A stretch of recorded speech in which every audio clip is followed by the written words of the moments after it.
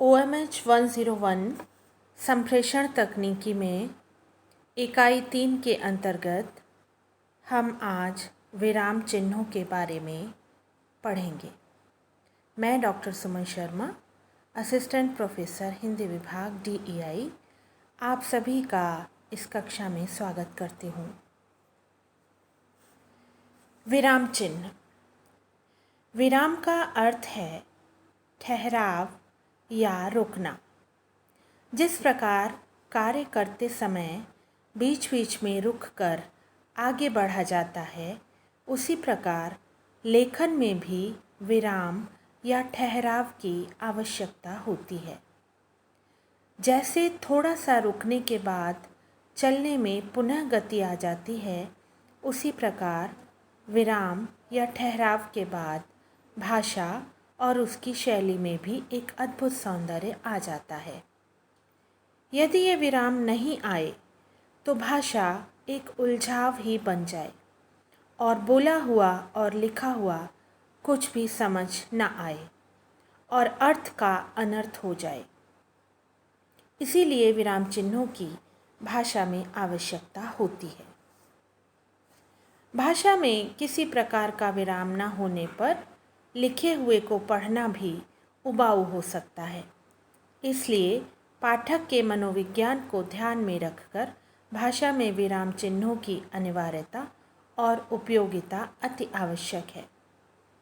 व्याकरणाचार्य कामता प्रसाद गुरु विराम चिन्हों को अंग्रेजी भाषा से लिया हुआ मानते हैं।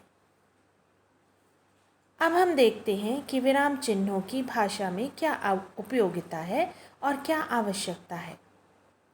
विराम चिन्ह भाषा रचना का विषय है, क्योंकि लेखक या वक्ता अपने विचार स्पष्टता से प्रकट करने के लिए जिस प्रकार अभ्यास और अध्ययन द्वारा शब्दों के अनेकार्थ, विचारों का संबंध, आशय की स्पष्टता, लाघव और विस्तार आदि बातें जान लेता है, उसी प्रकार लेखक को इन विराम चिन्हों का उपयोग केवल भाषा के व्यवहार से ही ज्ञात हो सकता है।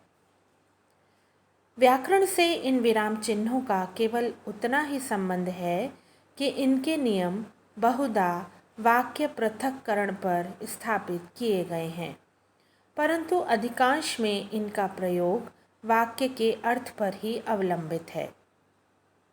विराम चिन्हों के उपयोग से भाषा व्यवहार से संबंध रखने वाला कोई भी सिद्धांत उत्पन्न नहीं होता, इसलिए इन्हें व्याकरण का अंग मानने में बाधा होती है। वास्तव में व्याकरण से इन चिन्हों का केवल गौण संबंध है। इनकी उपयोगिता के कारण व्याकरण में इन्हें स्थान दिया जाता है, परंतु फिर भी ये मान लेना चाहिए कि कई विराम चिन्हों के उपयोग में थोड़ा मतभेद हर विद्वान को रहा है। व्याकरणाचार्य कामता प्रसाद गुरु ने विराम चिन्हों के 20 भेद बताए। अर्धविराम, अल्प विराम, प्रश्न चिन्ह, आश्चर्य चिन्ह, पूर्ण विराम, संयोजक चिन्ह, निर्देशक चिन्ह, अवतरण चिन्ह, उपविराम, हंस पद, लाघव, पुनरुक्ति सूचक, लोप चिन्ह, पाद चिन्ह, दीर्घ उच्चारण चिन्ह, टीका सूचक चिन्ह, तुल्यता सूचक चिन्ह, समाप्ति सूचक चिन्ह, विवरण चिन्ह, पाद बिंदु और कोष्ठक चिन्ह। आइए अब विराम चिन्हों के बारे में जानें। अल्प विराम। भाषा को पढ़ने या बोलने में जो थोड़ी देर का ठहराव आता है, उसे अल्प विराम कहते हैं। इसके प्रयोग के कुछ नियम हैं। विराम चिन्हों में प्रयोग की दृष्टि से ये कुछ अधिक परेशानी भरा है। इसके प्रयोग करने में कुछ उलझन होती है। आइए देखें कि इसका प्रयोग कब कब होता है। जहाँ एक ही व्याकरणिक कोटि के शब्द आएं और उनके बीच में संयोजक और व एवं तथा आदि का प्रयोग नहीं होता हो, वहाँ अल्प विराम प्रयुक्त होता है।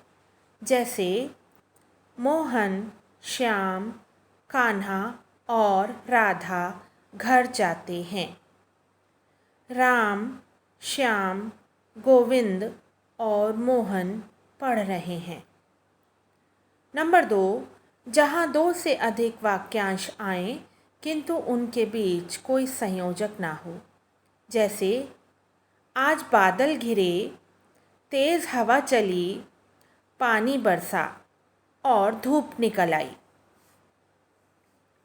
पूर्ण विराम ये वाक्य की समाप्ति का बोधक है, अर्थात पूर्ण विराम वाक्य में पूरी तरह ठहराव और वाक्य के संपूर्ण अर्थ का बोधक भी है।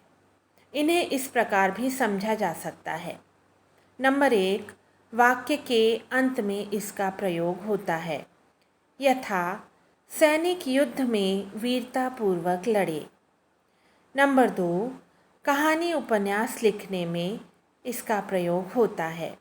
यथा वह डाकू, कितना भयानक था उसका चेहरा, लाल लाल आंखें, राक्षसों जैसे होठ। छंद के चरणों की समाप्ति पर भी पूर्ण विराम का प्रयोग होता है। यथा रहेऊ एक दिन अवधि अधारा, समुझत मन दुख भयउ अपारा। अब समझते हैं प्रश्नवाचक चिन्ह को। पूर्ण अर्थ बताने वाले प्रश्नवाचक वाक्यों के अंत में ये चिन्ह लगता है। यथा तुम कब आओगे, तुम क्या खाओगे, तुम कहाँ थे, आप क्या लेंगे, इतना हंस क्यों रहे हो, आदि आदि। विस्मयादि बोधक चिन्ह हर्ष, शोक, प्रसन्नता, उत्साह, आश्चर्य, घृणा आदि भावों की अभिव्यक्ति कराने वाले वाक्यों में विस्मयादि बोधक अव्ययों के बाद ये चिन्ह लगता है। श्री कामता प्रसाद गुरु जी ने इसे आश्चर्य चिन्ह कहा है। यथा अरे अपराधी जेल से छूट गया,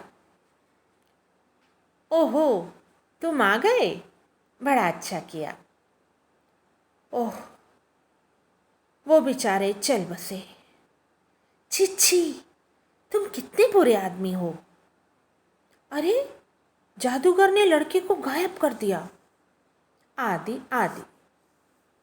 अर्धविराम वाक्य में अल्प विराम से अधिक ठहराव आता है तो अर्धविराम का प्रयोग किया जाता है। ये 3 स्थितियों में प्रयुक्त होता है।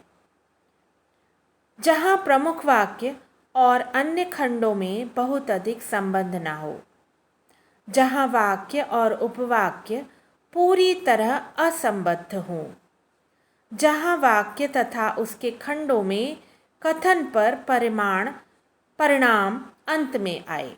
यथा आओ, बैठो, खेलो, पर बदमाशी मत करो, मेरा भाई पढ़ता नहीं, उसके सब दोस्त दुष्ट हैं,